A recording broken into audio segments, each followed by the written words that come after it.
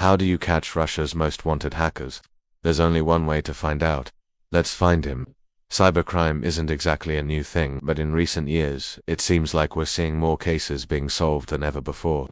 From exposing hidden identities to tracking down crypto wallets, technology is helping law enforcement agencies track down criminals from the comfort of their own homes.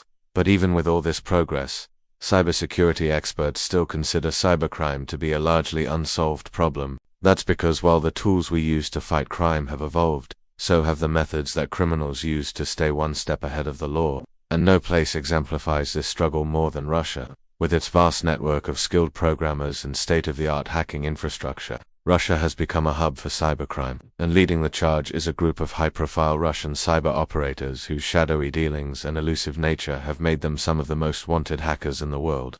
This is a look at Russia's most wanted hackers. So what's making these Russian hackers so notorious in the first place? It helps to understand where they came from. Unlike many cybercriminals who work alone or in small cells, this group operates under the radar of several Russian state agencies. In fact, there is a good chance that they wouldn't be able to pull off many of their schemes without the help of these government organizations.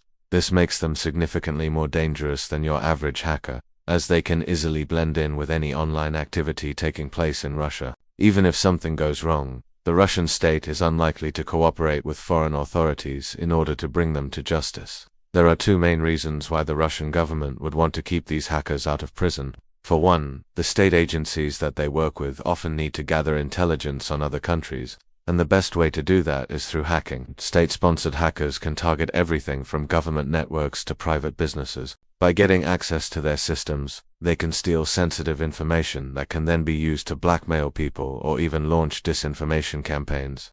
Secondly, keeping these hackers free allows the government to have a sort of digital reserve force that they can deploy whenever necessary. Since these hackers already have the skills and resources to infiltrate just about any system, they can quickly be put to work as soon as a new mission comes up. The only problem is that many of these hackers are loyal to the Russian government and instead answer only to themselves. And this is where things get tricky for the state. They may have allowed these hackers to operate freely in the first place, but now they have to live with the consequences. So what exactly have these hackers been up to? As it turns out, quite a lot. Most notably, they've been involved in a series of attacks on government networks and political organizations throughout Europe. One case in particular stands out, the attack on the German parliament. In this incident, a group of hackers, known collectively as the Bears, gained access to the email accounts of Bundestag members, including Chancellor Angela Merkel herself. They also installed malware on the Bundestag's computer network and stole a massive amount of data. It was later revealed that one of the main objectives of this attack was to collect information on the Bundestag's upcoming vote on whether or not to arm Ukraine. Clearly, the Russian government wanted to know how their actions were being perceived in Germany, and they believed that the best way to find out was to hack into the Bundestag's computer network. But while this incident was shocking, it wasn't entirely surprising. The Bears had been making a name for themselves for years before this attack. In fact, they're even believed to be behind an attempt to influence the 2016 US election process. And yet, despite all this, the group remained anonymous until recently. The mystery surrounding their identity only added to their notoriety, making them seem like James Bond villains pulling strings from the shadows. But in reality, they were just a group of bored hackers looking for a challenge. It wasn't until one of the group's members made a key mistake that their true identities were revealed. Up until that point, they had done such a good job of covering their tracks that it seemed almost impossible to figure out who they were. But that all changed when a hacker known as Scaramush forgot to remove his computer's name from a piece of code. This slip-up gave investigators the lead they needed to track him down, and before long they had enough evidence to arrest him and bring him to trial. His real name turned out to be Alexei Belin, and he became the first member of the group to be identified. It was a major victory for law enforcement, but it raised a lot of questions about how much damage this group had done over the years. To make matters worse, it wasn't long before another member of the group was arrested. His name was Mikhail Matveev, aka Watt, and he was believed to be responsible for a number of high-profile hacks.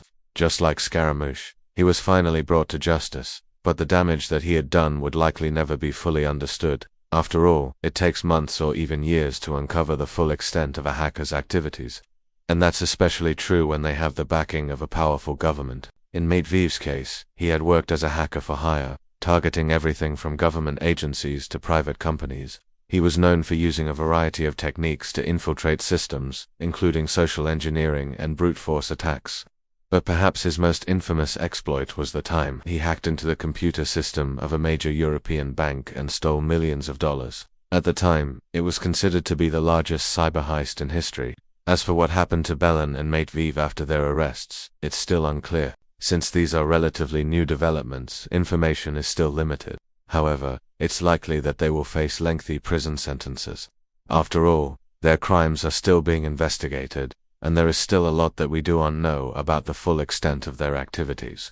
So what does all this tell us about the state of cybersecurity today? If anything, it's clear that we're still a long way from being able to effectively combat cybercrime. Despite the progress that's been made in recent years, hackers continued to find new and innovative ways to stay one step ahead of the law, and that's especially true when they have the backing of a powerful government. In Russia's case, the state has actively encouraged cybercrime, turning it into a tool of foreign policy and espionage. This makes it extremely difficult for law enforcement to track down these criminals, since they're often working on behalf of a state agency, and those agencies aren't going to make it easy for them. Not only are they likely to cooperate with the hackers, but they'll also do everything they can to protect their activities. After all, these hackers are their own secret weapon, and they're not going to give up that advantage without a fight. Although the recent arrests of 2 high-profile Russian hackers is definitely a step in the right direction, it remains to be seen how effective law enforcement will be in bringing the rest of the group to justice. Now that the cat is out of the bag, though, expect the Russian state to take even greater control over its hackers, making them even more dangerous than ever before. After all, now they have nothing left to lose. Despite the challenges involved in tracking down these hackers, it's important to remember that they are still criminals. They're just very smart, highly skilled criminals. With the right resources and determination, law enforcement should be able to track them down and bring them to justice. But it will take time and effort to do it, and in the meantime, the world will have to deal with the threat posed by these notorious Russian hackers. Now check out the story of the most dangerous hacker of all time, or watch how I hacked into a company's database and found the biggest fraud of all time.